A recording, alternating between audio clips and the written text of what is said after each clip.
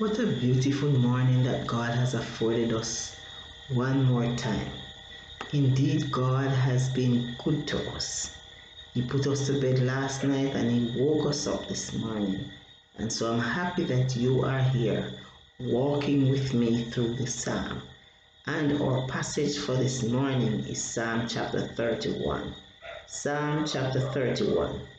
Verse 22 is a verse of emphasis this morning. It rests heavily on my mind, for many times I have found myself in these situations. Here is what the verse says. For I said in my haste, I am cut off from before thine eyes. How many times have we spoken in haste and our words have come back to haunt us?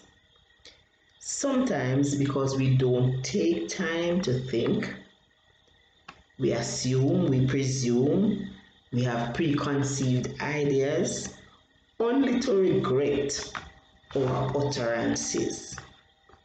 In speaking hastily, we sometimes forget what God had done for us before.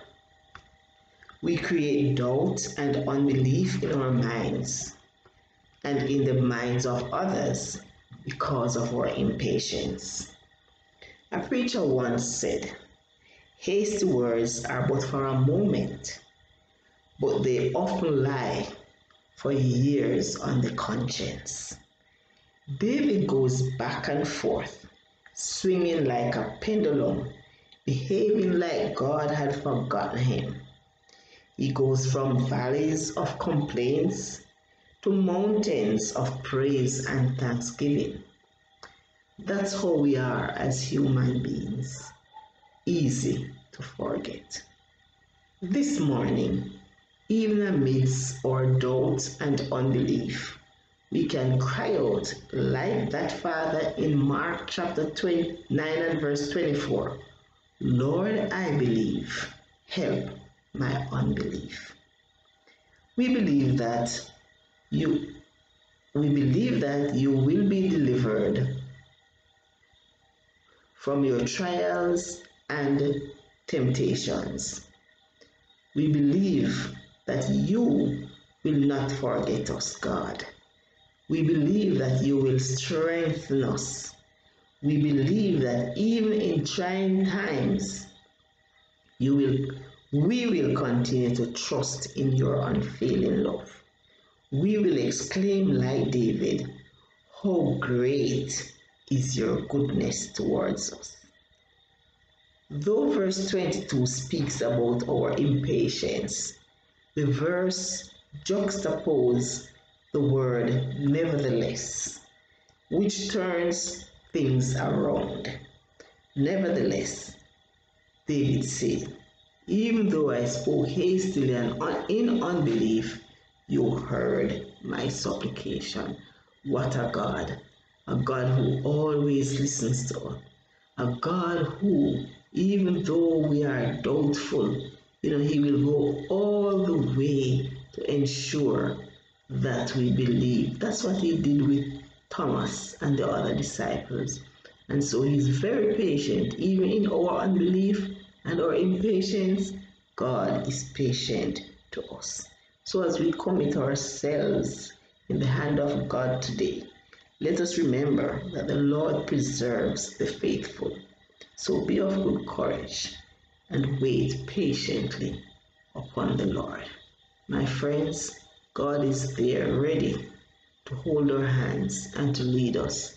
Let us allow Him to lead and to guide. Let us allow Him to put a bridle upon our lips so that we will not be hasty in our speech, but we will think and ponder things in our hearts before we utter the words. God bless you as we ask God this morning to allow us to speak the thus saith the Lord, not in a hasty way, but as patient and as loving and as kind as is possible in all situations. Thank you, oh God.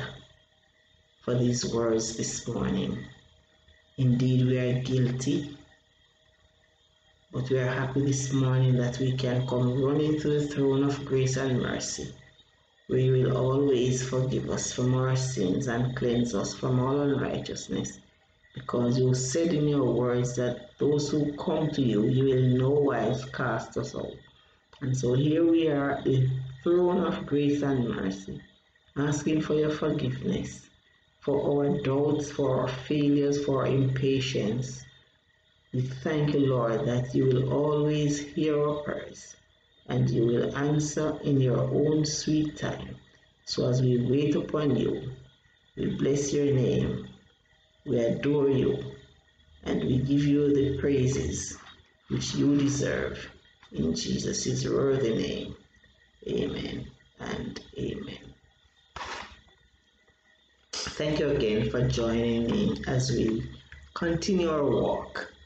And let me hope that you are sharing this broadcast, that you are subscribing, and that you are inviting others to follow us on the journey. God bless you as we look forward to another episode.